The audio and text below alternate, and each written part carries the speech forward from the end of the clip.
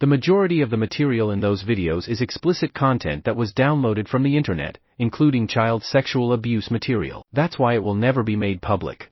And rightly so, victims must be protected. But the question isn't about exposing victims. The real question is, if there are other materials, videos, images, or records, that involve people Epstein trafficked victims to, then why haven't those been released? When pressed on this, the response keeps circling back to legality, court orders, restrictions, and what can or cannot be disclosed. But that doesn't fully answer the concern. There are documents like witness statements that are not grand jury testimony, and in some cases, they are no longer under protective orders. So why are those still being withheld? Why hasn't there been a push to go back to court and unseal those records, the same way it was done for grand jury materials? The back and forth quickly turns tense. One side insists the Department of Justice has already taken action. The other pushes back, saying that's not true for these specific records. And just as the questioning starts to corner the issue, time runs out. The accusation lands anyway, that these files are being deliberately hidden, that there's more being kept from the public than what's being admitted. The controversy deepens when attention shifts to who is actually in charge. The man now leading the FBI built a public image around exposing the truth behind the Epstein case. He spoke about it repeatedly, on podcasts, on social media,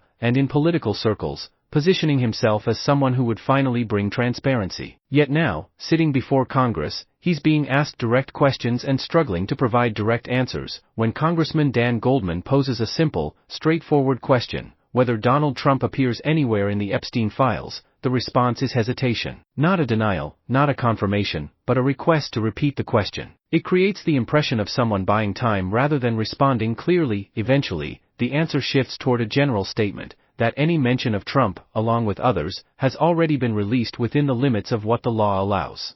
But that opens the door to a deeper issue. What exactly are those limits? Are they truly legal barriers, or are they being used as a shield to avoid full transparency? Goldman presses further, trying to break down those legal claims piece by piece. He references specific rules around grand jury secrecy and court orders, questioning whether they actually apply as broadly as being suggested. The exchange becomes less about one name in a file and more about whether the explanation being given holds up under scrutiny. The questioning then shifts to the actual evidence, videos, photographs, and the massive amount of material the FBI has spent years reviewing. The explanation given is that thousands of hours were dedicated to analyzing everything collected during the investigation, and that nearly all of it falls into two categories: downloaded explicit content and illegal abuse material that can never be released. That point isn't really disputed. What is being challenged, though, is whether there is anything within that evidence that connects Epstein to other individuals involved in trafficking or exploitation. When asked directly if any of those materials point to other people, the answer is firm: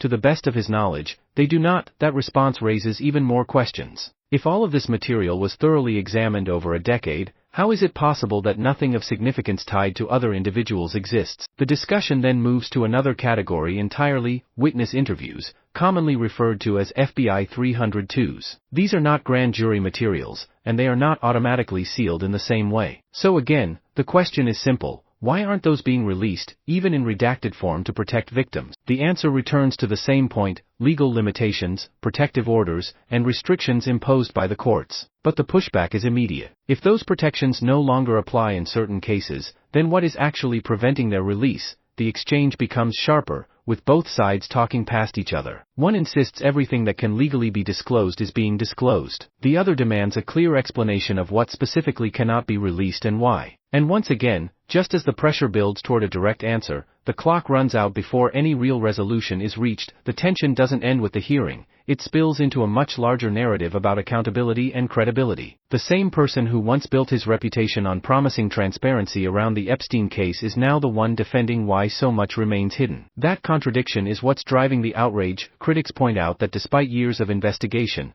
thousands of hours of reviewed evidence, and one of the most documented trafficking cases in modern history, the official position seems to suggest there's no meaningful evidence tying other high-profile individuals to Epstein's crimes. To many, that conclusion feels impossible to accept. The situation escalates further when Congressman Thomas Massie reportedly uncovers a past FBI document referencing Leslie Wexner as a co-conspirator. The fact that this name appeared in official records, and was later quietly unredacted, only adds fuel to the argument that more information exists than what has been publicly acknowledged. Meanwhile, Dan Goldman makes the accusation directly: that the files are being withheld and that there is an intentional effort to keep certain details from coming to light. That claim is strongly denied, described as completely false and offensive, especially given the seriousness of the crimes involved. But for many watching, the damage is already done. The hesitation, the reliance on vague legal explanations, and the lack of clear, direct answers leave an impression that something isn't adding up. What was once framed as a mission to expose the truth has now turned into a debate over whether that truth is being protected or buried.